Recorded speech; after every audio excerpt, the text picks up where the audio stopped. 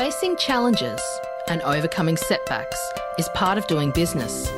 Whether you have the expertise to survive them or not could mean the difference between success or failure. Welcome to We Are Women, featuring revealing conversations that provide invaluable insights into the success secrets of female masterminds. A must listen for every entrepreneurial woman. Now here's your host, Janine Vosper. Hi, it is Janine Vosper here, and welcome to this episode of the We Are Women podcast. I have got the super amazing, incredible Karen Clarke with me today.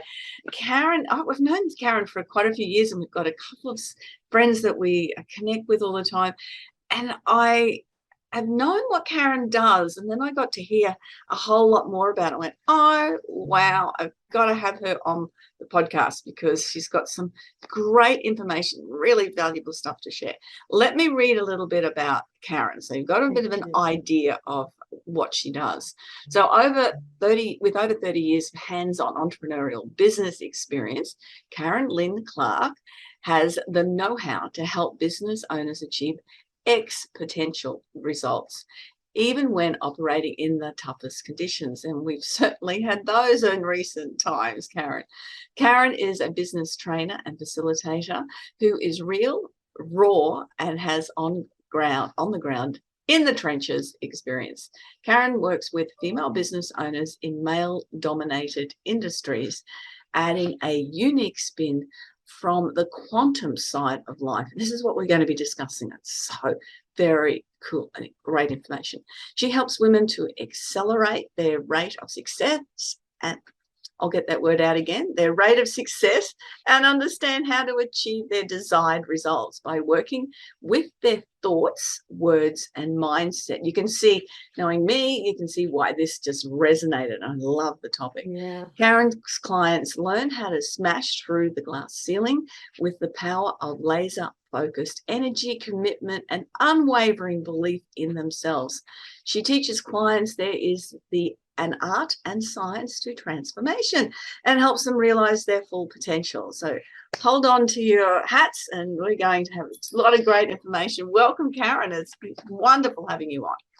Thank you, Janine. Wonderful to be here. As you say, we've done a bit together. We've known each other for quite a few years and haven't really discussed what I do in detail. So it's a pleasure. And I'm going to learn so much today, and so are all of the listeners. The Karen Lynne Clark story. We want some background, Karen. What got you here to doing what you're doing? What brought me to this point in my life? Yeah. It's a good question because, that's one of the things I teach people is doesn't matter what has happened to you or through you or in your life, if it's something that you feel a bit negative about, the great way to look at it is that it's brought you to where you are now, and you've always learned so many lessons from it. But you are not your history and you are not your story. However, my story, I'm happy to share it. So to go back, I was thinking about this, Janine, and I thought, I'm going to say something I've never said before. Oh, I love that. to go on. I've done a few podcasts and interviews and things, and I was thinking about what is my story, and I thought, I'm going to go back to when I was a little girl, and I was born, or when I was a little girl, I had this cast where my one eye looked up like this, and I had 2 eye operations before I was 3, and then I had glasses. Okay, and I had glasses. Well, I've still got them, right? The specialist told my mum that by the time I was 16, I wouldn't need them, but that didn't happen. So I had glasses, and I remember feeling like I wasn't as attractive as other girls, because I had these glasses and I felt like I looked unattractive, that I wasn't desirable through my, right through primary school even, and that I was just nobody would be attracted to me. And I thought that was interesting because I'd never really processed that. Well, I had, but I hadn't. It was like in my unconscious consciousness. And so, so we all have these things that we've made mean something. And so I grew up, and of course, as a result, I was the sharpest dresser when I was a teenager. My mum was amazing. She always took me to get the best glasses I could, and she helped us dress beautifully. She sewed all our clothes. And so I was always the sharpest dresser. It was always compensating, though, to try and look as good as what I thought these other girls did. And I never felt like I did. And yet I can look at other women with glasses and think how wonderful they look. But when I see myself, even now, I don't. It's quite different as a child, though, Karen. It's very different because it was the odd one out. Yeah. Whereas as you get older, a lot more people wear glasses. Yeah, I didn't think boys would like me or anything, and that was why. It was because I had glasses. So that was interesting. I've got a photo of me when I'm a little girl with my sister and brother, and I actually look quite cute but with these glasses on. But anyway, so I used to go to work with my dad from about 9, and he was in business. And so I went to work for him.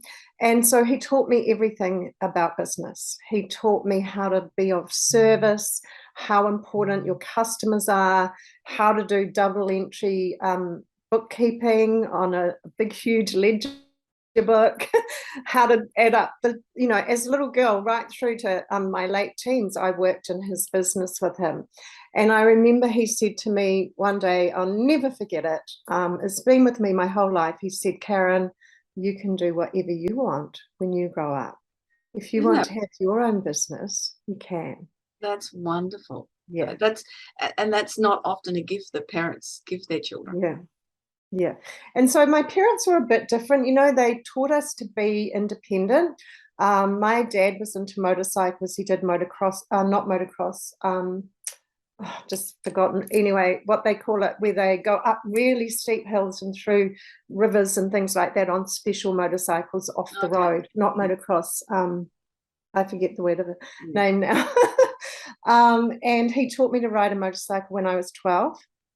And then he said to me too, when you're 15, because in New Zealand, we're allowed to get our license when we're 15. He said, when you're 15, you can have your own motorcycle and have it, as your transport. And so as I say, my parents were a bit different to a lot of parents where they were more open about things like that. So I got my little motorcycle when I was 15 and rode it to school.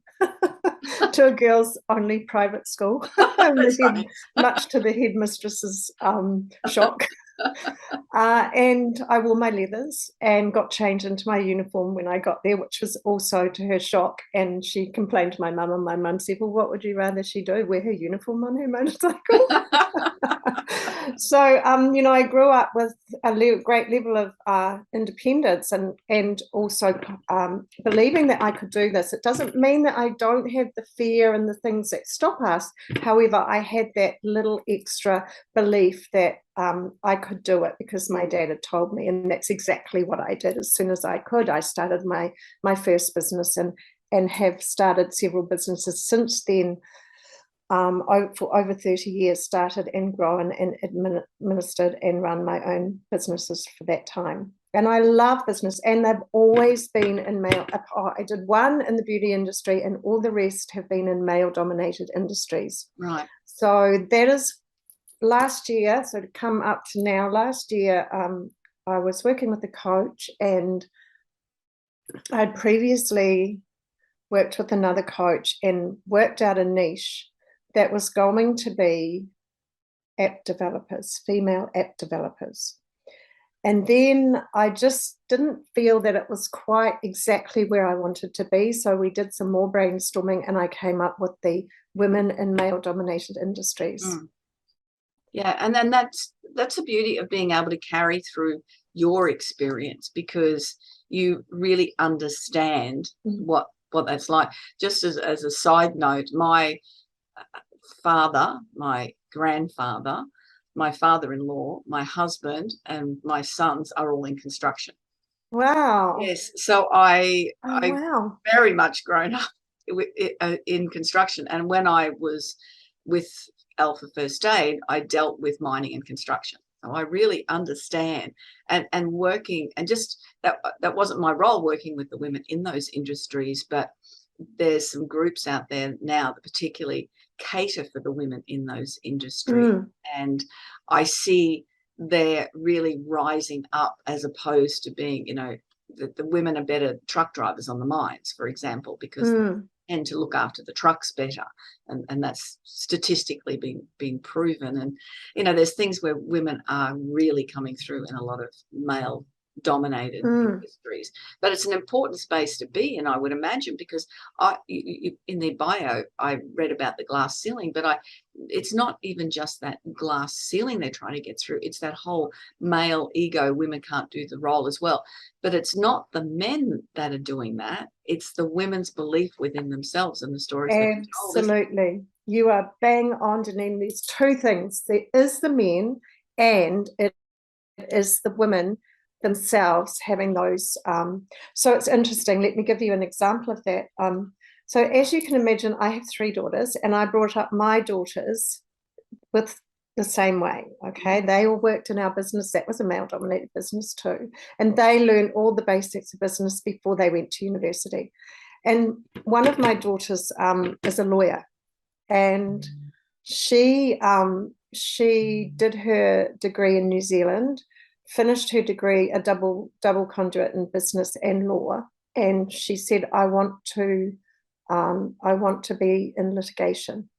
So she started to apply when she'd finished her degree in litigation in New Zealand, and really didn't get a job. There wasn't much there anyway.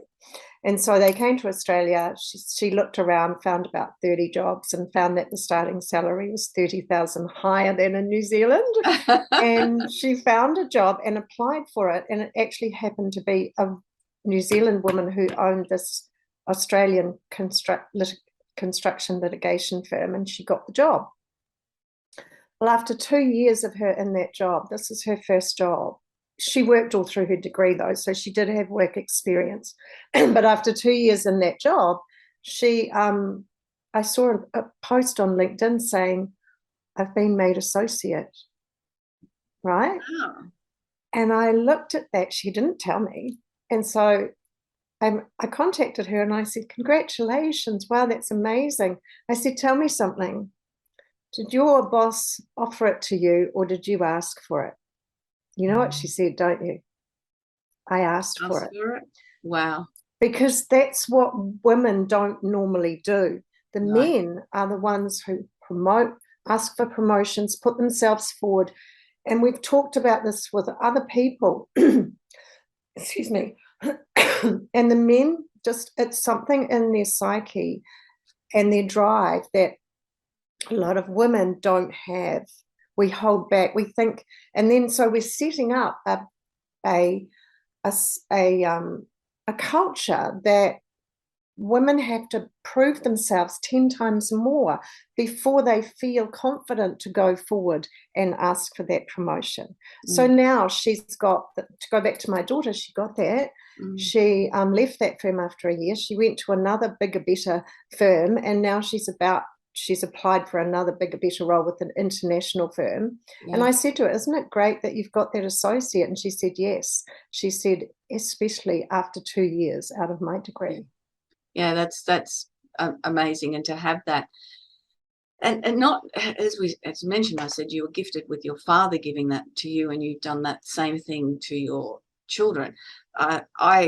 With sons, it's easier, but I have always, again, said, you guys, you can do whatever you put your mind to. But particularly my oldest son, he just as through the construction industry, went from an apprentice to a construction manager within a few years. And it was because of this, and it stunned me with this belief in himself, absolute backing himself 100% of the time. And just highly successful, well known across the construction industry in Queensland, and as a person that gets the job done. But it's that backing himself to do it, and it's not something that women do very often at all. And it's not just in construction, that it's in all industries, isn't it? It's that. I work with women in different roles to get them to have a voice and to be able to speak well. And I see this all the time, Karen, that it's the voice that's holding them back and stopping them from progressing. And so how do you work with clients that are in that space and for them to have that belief within themselves? So the first thing is to have people understand that it's there, that it's not there, that what is holding them back. Because if I said to you, or if I said, not you, Janine, but someone else in a position like that, your fear is holding you back, a lot of people will say, well, I'm not afraid. But it is our fear. It's fear of something. And so what I do is we always start with the same thing with everybody. We start with creating a really clear picture, clear vision of what it is you would do if you didn't think you had any limitations, because it is all mindset, like you said with your son, right? It is all mindset. It is all that we don't back ourselves, or that we feel like we're not quite good enough, or whatever. And so what we start with is like, the first point is here. What would you do in your life if you could do whatever you wanted, like my dad said, and you didn't think you had any reasons why you couldn't? And we work with people to bring up and this is an energetic blueprint, because let's go back to everything is created twice. Let me just explain a few basic rules in this. Everything in this physical world is first created in thought. So if you think about the chair, the desk, the lamp, the ceiling fan, whatever in your room that's in this physical form, or the house or the building or whatever, it was a thought first before it became real. It was a thought in the designer's head, right? And that thought was in specific detail. So that chair that you're sitting on, that chair designer knew exactly every single detail of what it was going to look like. Yeah. So once we think something up, it exists in the quantum realm already. Okay. It exists. However, it could just stay there if we don't do certain things to bring it to this physical world. So if you go back to the chair, once the chair designer thought that up, they have to create a blueprint to get it out of their head onto a paper or onto CAD or something. So that's the first step, is to create the blueprint in detail. And then they had to take action. They took that blueprint to the manufacturer and said, make me this chair like this. Or if they were going to make it themselves, they would have ordered the products and materials, right?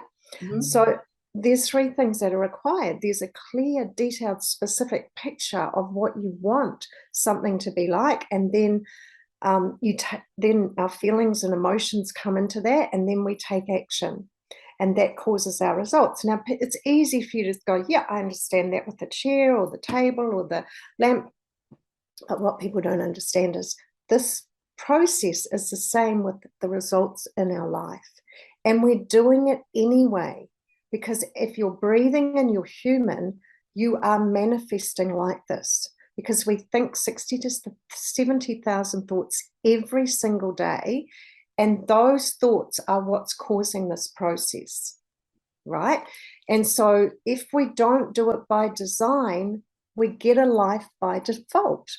Because the universe thinks what we focus on is what we pay our attention on is our intention.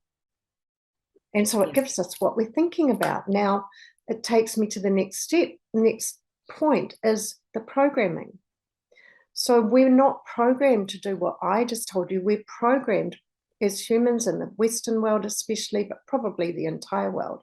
We're programmed and we're patterned to think about our problems, to think about our limitations, to think about what we don't want, to think I can't do that, to think about I don't have some outside condition to be able to do this. And we're also, and so what we do, and that's deep programming. There would be very few people who are not functioning like that.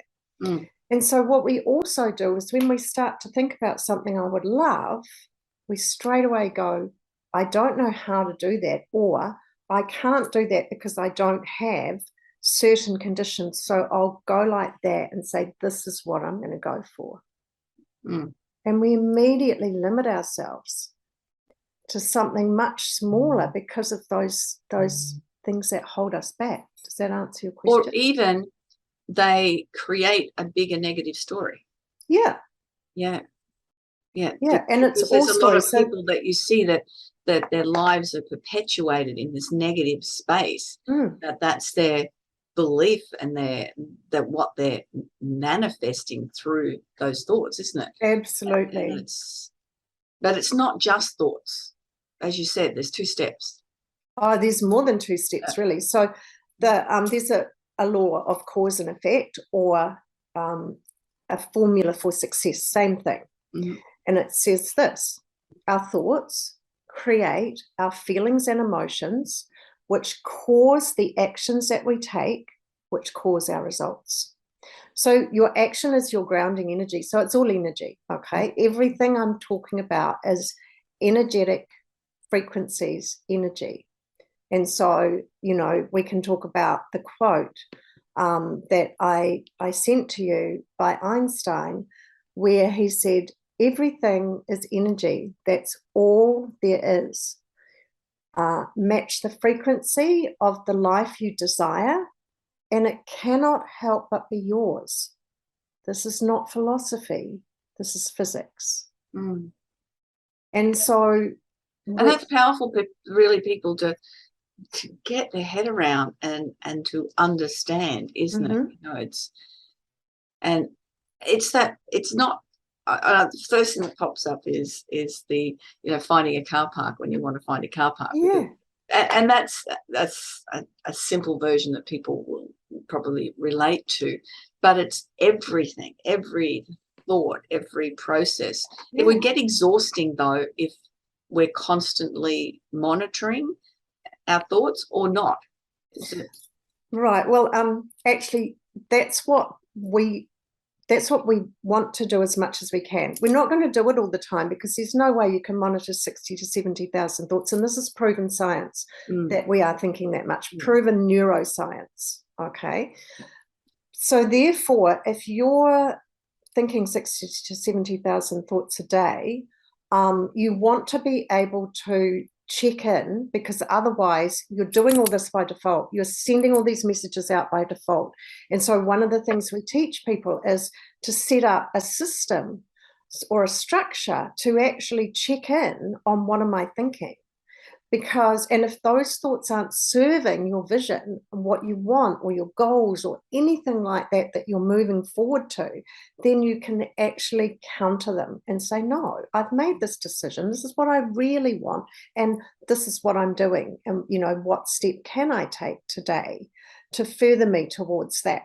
So what we suggest to people is, because we're thinking so much all the time, is to do something like my master coach has a system where every time she touches a handle of some kind, so it might be a mug handle, a cup handle, a car door handle, a cupboard handle, any handle, it will prompt her to go, what am I thinking? And so one of our 101 teaching is notice what you're noticing. And so that brings you to many things. It's like if you're sitting in a cafe and someone walks in and you have a thought that she doesn't look very nice, she's not dressed very well, that dress looks shabby, or whatever. If you notice you're doing that, you're operating in a low frequency, because criticism, judgment, loathing, anything like that is a low vibrational frequency. Lack, doubt, fear, all of those are under 200 or 300 hertz. And when you create something that you would love, when you're thinking about it, and if you write it out too, and that's what we teach people to do, to go back to your first question, I'll come back to it in a minute. Love, gratitude, and joy, and all of those type of feelings and thoughts are 500 or more. And so that's what Einstein meant, is match the frequency of the life you desire.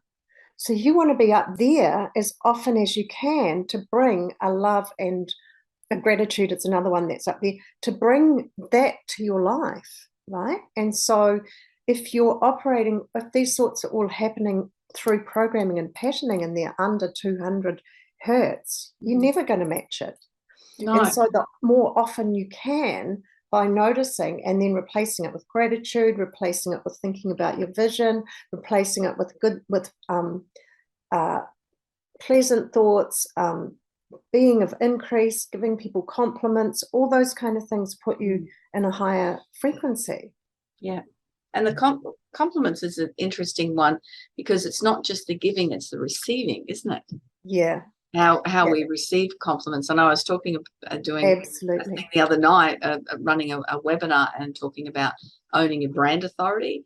And one of those things I talked about was receiving compliments. Yes. And there's only 2 words when you need to use when you receive a compliment. And it's thank you. Yeah.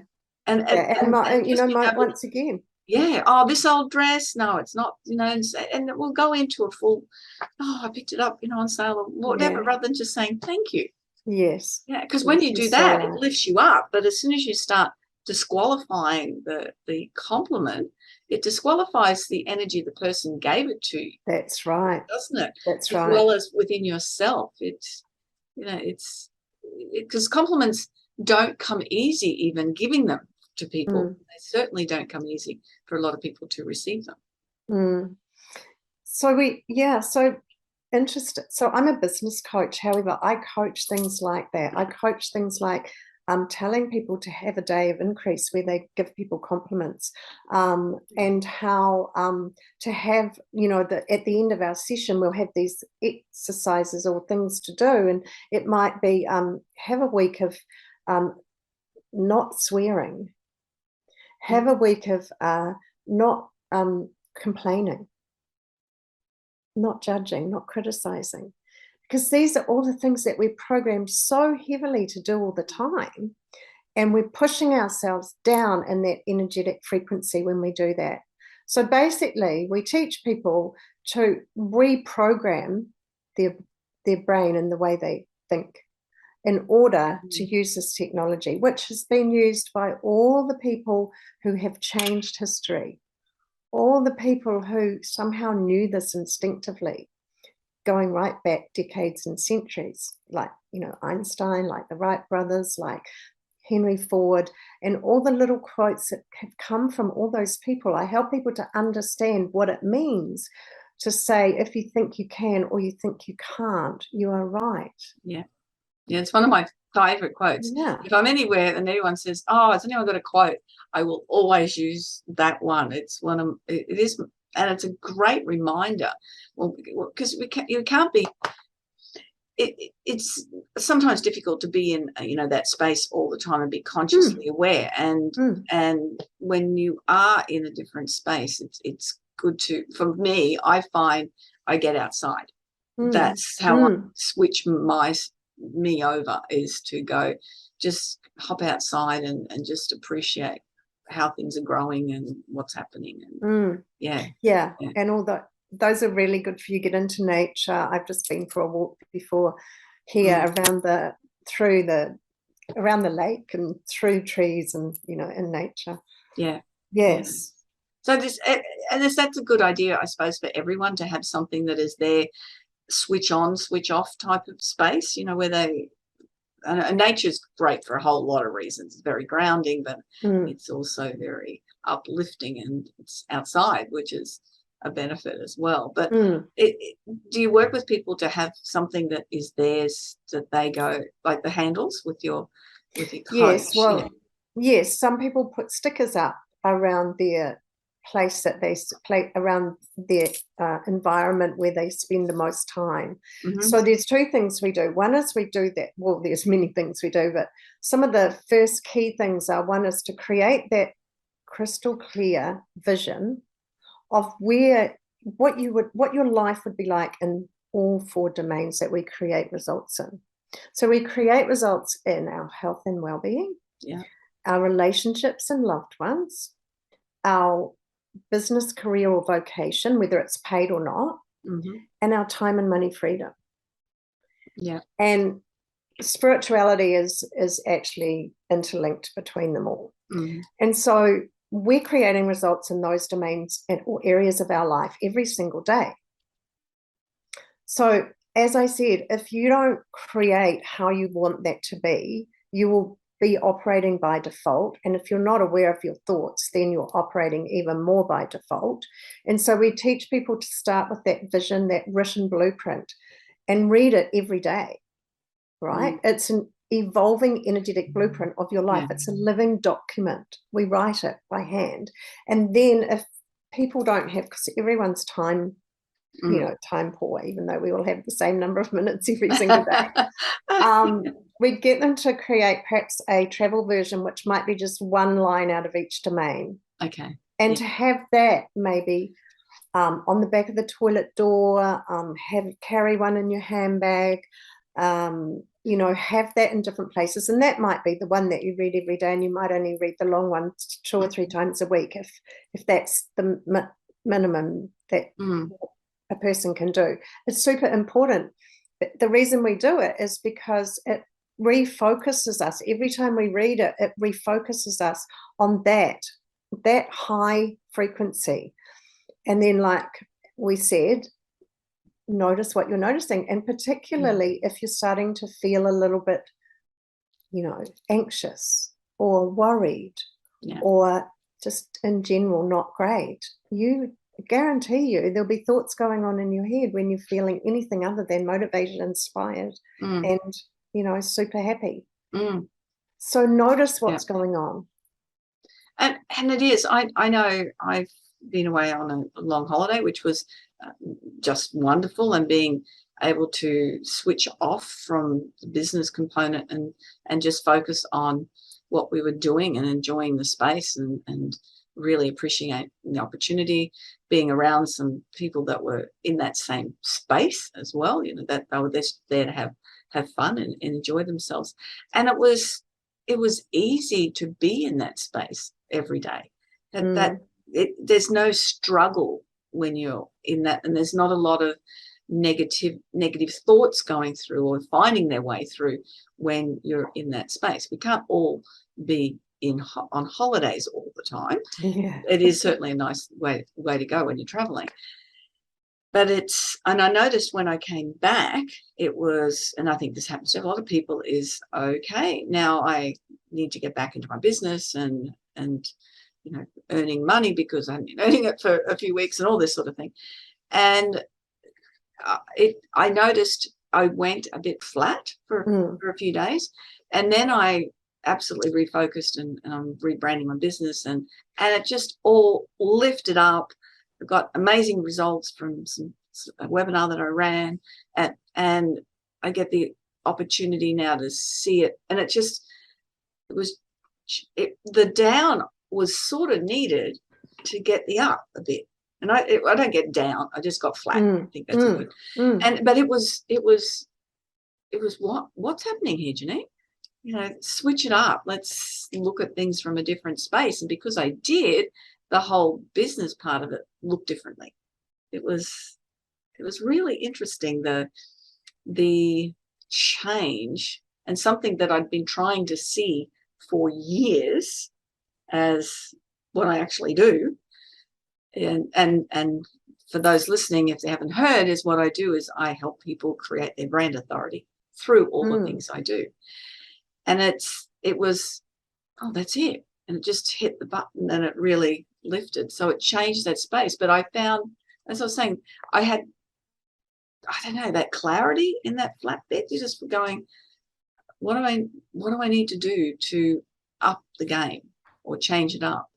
And as soon as I started asking those questions, information came through. Yeah, and you're so right. The questions we ask, because we're not only thinking thoughts, we're thinking questions as well. And that is one of the stories I tell, which I won't tell today because we probably don't have time. But the thing is to ask big questions. We've got time. Well. We've got time. To ask big questions, because we tend to just ask little questions. And I just want to I'd love to pick up what you said about you went flat and then you started to think, you had a holiday, you were feeling great, you came back, then you just went a little bit flat, and then you asked, what do I need to do? Now, our words are just as important as our thoughts, and every word carries an energy. And so when we say, you just listen to this, What do I need to do to get my business going? Or what can I choose to do to get my business going? Yeah. I have to go to work, or I choose to go to work because it brings in the money, and then I have choices on other things. Yeah. So this is programming to me. I like the word choose. I do use it, but in that I didn't then in my language. So that's a good pickup. Because we're programmed. Yeah. We all do it. I teach my clients all the time. Need is a disempowering word. It has an energy that's disempowering. And yet I hear people, even my own clients, saying it all the time. We have this discussion now, Aldwin and, other people we know, we both know, I won't mention names. We have this discussion and I'm still saying, what did you say? Do you realize you just used that word? Yes. Need, have to, should, got to, all these words that we use because we're patterned and programmed to use them. And I did a little experiment. I lead a meetup in, as you know, in Brisbane with Ed, and I was doing an after presentation, after event, and so I prepared the sentence that said, to be successful, or the 3 things to be successful. And I put in all these words. You have to, you need to, this, that, try, all these words, right? And I read it out to them. And then I said, can anyone tell me anything they want to comment on about what I just said? And at the end of it, I said the environment or something. And, the only thing people picked up was that, the environment. Wow, okay. The economic environment, whatever. Nobody noticed. And then I spoke to them about the power of our words. And, I like to, on that point, quote the 4 Agreements by Don Miguel Ruiz. Says that the first and most important, the most powerful agreement is to be impeccable about your word. Yeah. So if I can quote, he said this about our words: your word is the power that you have to create. It is through your word that you manifest everything. Regardless of what language you speak, your intent manifests through the word. What you dream, what you feel, what you really are will all be manifested through the word. And our words come from our thoughts. And so we teach people not only to be impeccable about our thoughts, to be the guard at the portal of your mind. And that's the other thing I want to bring up and contribute, is that we want to take care of what's coming into our mind. So watch what you read, watch what you watch on, like, do you really want to watch the news or listen to the news on the radio or television? Do you really want to watch television, knowing that most of it is brainwashing or manipulation or whatever you call it, even with the music. But we know this, the music they use on advertisements and all those kind of things, it's manipulation of our minds. What you're reading, who you're talking to, and who you associate with is all being true. The only thing we have a choice about is our thoughts. That's the only thing we have full control over. And so it's starting because those thoughts lead to actions. Yeah. So because the thoughts lead to the actions. They lead to it. Yeah. Well, because we can control our thoughts. We can't control anyone else. No, but our actions, thoughts. What our responses we can control, but that starts with the thought. Yeah. And so, yes, our thoughts lead to our feelings and emotions, which lead to the actions that we take. So if we notice that we are having a thought that's not serving us, we can actually change it. We can actually address it within our own conscious to unconscious. We can say no. And, it's even things like, I was talking to or doing a webinar with a client who our unconscious mind believes everything we tell it. And so this person gave me an example where they dropped something or fell over or were clumsy, and they said to themselves, "You're a clumsy idiot." And we talked about how damaging that is, and that we all do things like that. And if you notice, or even decide not to, if you can, before you do it, or if you do it, then just negate it. Say, "No, I'm not a clumsy," to yourself, I'm not a clumsy idiot. I just had an accident. I'm the opposite. I heard someone the other day speaking, and they said, I don't know whether this was you the other night when I heard it, was when you use the word I, it's a promise, it's a commitment. When you start, when you use the I, whatever. So Correct. as you were saying, that person was saying that. And it was interesting. I was out walking with a friend, and I haven't been walking up hills as much as I had been. Although when we were traveling, we did a lot of hill climbing, but not as much. And I was in a bit of pain with walking up this hill, and I was trying to tell her without owning it. And it was really interesting conversation, word around, without owning the pain. Yeah. But there's so much. So we start with the vision, and then we in my programs, like I said, I'm a business coach, but I teach completely different things to most business coaches. We do things like forgiveness. We do things like love. We do things. I have a program that covers the 12 universal laws, and that most people don't even know what they are. And I've got a funny story about that I'd love to tell you, because my daughter, as you know, is a lawyer, and you know how our kids, they leave home and then they leave all their stuff and eventually they might come and get it. Well, it was time I decided for my daughter to come and get her stuff, so we got it all out of the cupboards and things and put it on this bed in the spare room, and I said, come and get. She agreed she'd come and get it. So anyway, she takes all this stuff away. And a couple of weeks later, when she comes to see me, she said, oh, Mum, this is not mine. And she hands me a book. She said, I don't study that kind of law. And I'd accidentally put my book called Working with the Law by Raymond Hollywell, which is an amazing, amazing book on the universal laws. I put it in her pile thinking it was hers. And she what was it? Working with the Law by who? That's funny. Who was the author of Working with the Law? Raymond Hollywell. It's an amazing, amazing book. This is one of my programs I teach. Yep. So I can imagine why you thought that might have belonged to the lawyer. Well, I didn't. I just saw Working with the Law, and I was like, that's her book. Yeah. And I've got a number of beautiful coaching books. I must have had my head in the wrong space at the time. It must have been quite freeing to have all of that stuff removed out of the house. And yes. Yeah, I've still got some boxes of theirs in my storage unit in New Zealand, which is my big goal, which is a goal for me to clear out when I'm there next in October. Yeah. Okay. Are you going back? Yeah, I'm going for a few weeks. Nice. Yeah. That will be. It's my dad's 90th birthday. Oh, how wonderful. Oh, that's wonderful to be there after not being able to travel for the last couple of years and see them that way. I haven't been there for that's brilliant. Karen, we've covered a lot. If we had 3 takeaway points that you wanted people to remember the most out of the conversation, what would they be? Okay, so my takeaway points. First of all, I would love to give people this. We haven't even scratched the surface of our potential, of our full capacity and potential, not one of us.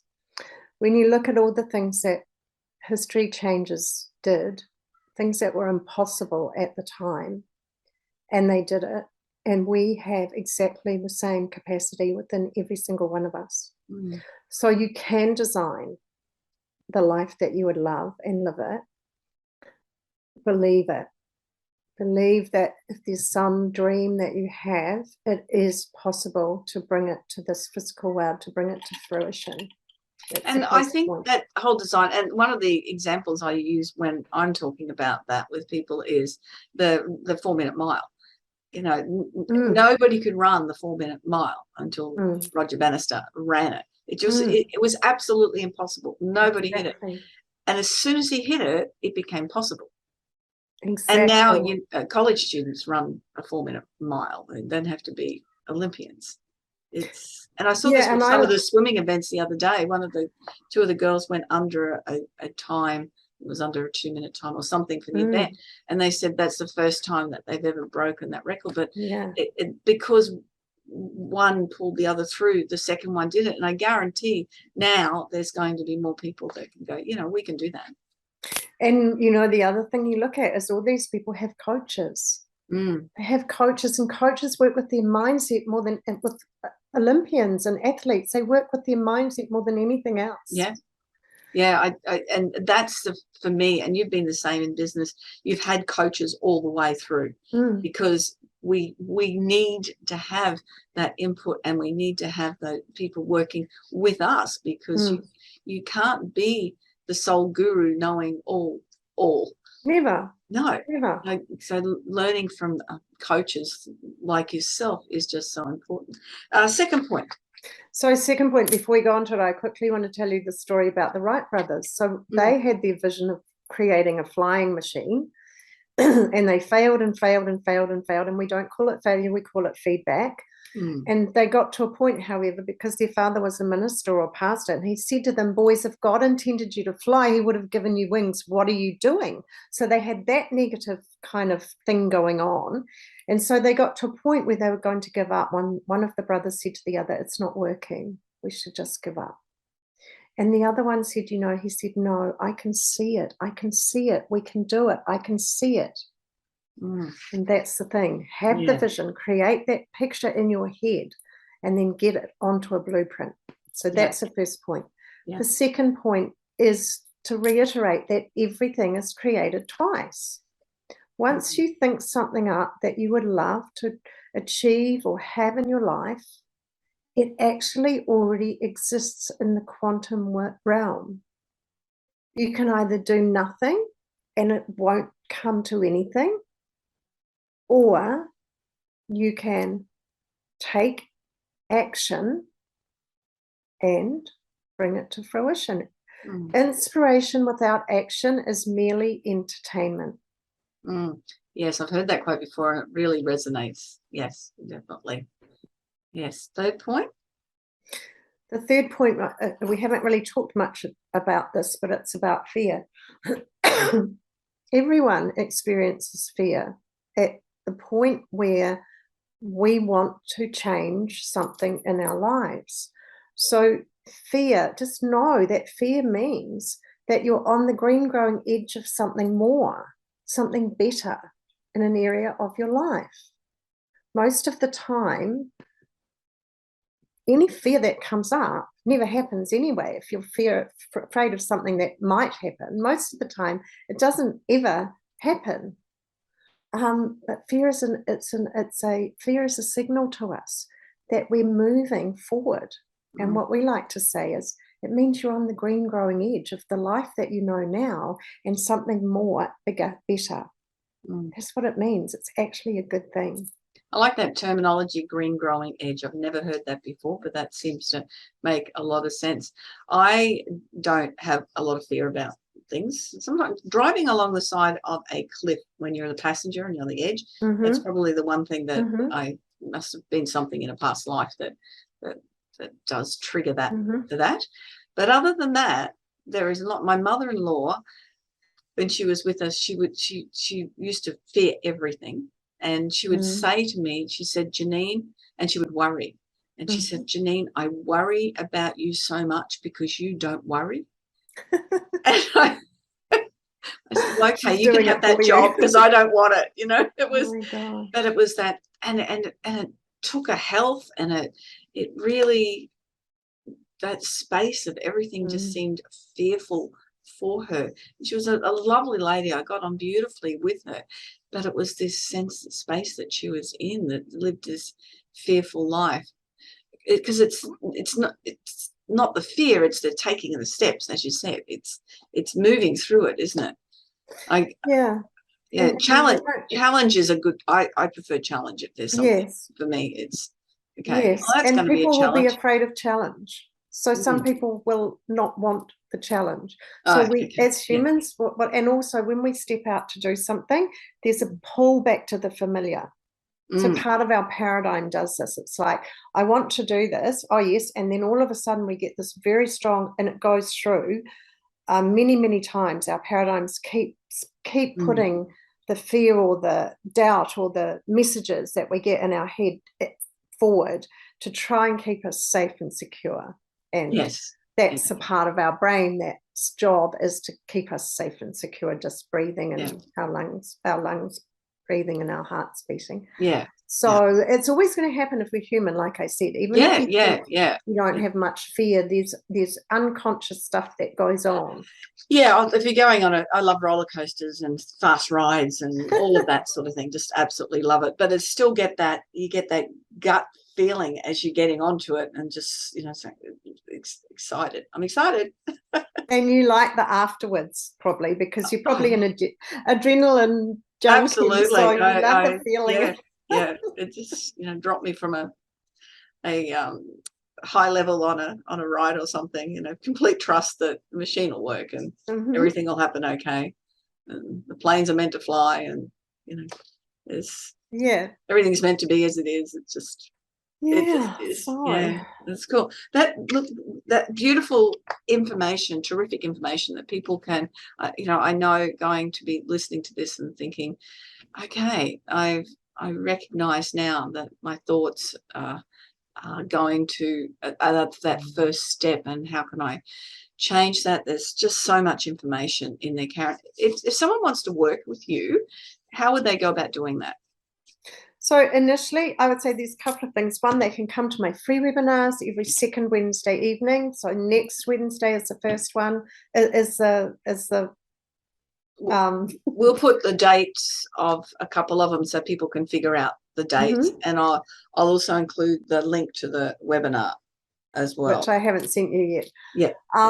And the second thing I can do is I do have an 1.5-hour session where we do a deep dive to help you discover what it is you would love. If you didn't limit it, if you didn't have any fear, if you didn't think those outside conditions would stop you, and it's an amazing process. Everyone at the end says, I always ask them, how do you feel now? And everybody says, I feel amazing, I feel motivated, I feel like it's possible, and they create their beautiful dream.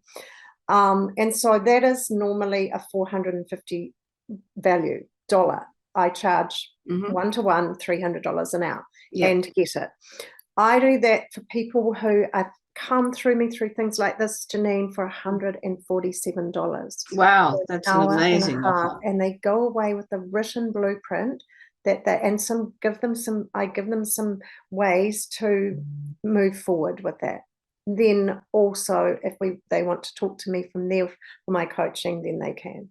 So that's the best way. That's an incredible offer, Karen, and I really hope that people who are resonating with what you're saying and realizing that how it might help them personally, help them within their business or their relationships or whatever space they're in, that they will definitely take that up, because that is certainly an incredible offer. Before we wrap up, is there anything that you want to add? Just to say thank you, Janine. It's been a real pleasure to chat with you this morning. I love these sort of informal podcasts or interviews. And also, Janine, that offer is there for you too if you want to. Lovely. Thank you. Clarity. Yeah, no, I appreciate that. So if you want to get in contact with Karen, the business name is Clarkashians. Yeah. Clarkashians and Co. Okay. All of those details, Karen's email address, website, everything will be in the show notes. So check it out. And also the link to her webinar. We'll have everything there, and you can see what Karen does. And you've heard her amazing expertise. Thank you, Karen, for being on this morning. Thank you so much. And that's another episode of the We Are Women podcast. I thank you for listening. It is an honor to have you as one of my listeners and subscriber to this podcast. And remember that you can watch it as well on YouTube, which is Janine Bosper. If you I've got some issues that I can help with, and that I recommend, I've got this amazing group of women that I can recommend you to. So it's not just what I can help you with, it's what other people can help you with. So please book it's not really a strategy or discovery call. It's a chance for us to connect and see where the best opportunity is for you. And if you go to my website, janinebosper.com, then you can book a complimentary 30-minute session. I would love to have that conversation with you. I look forward to you joining me and the next guest on the We Are Women podcast. Have a fabulous day. Bye-bye for now.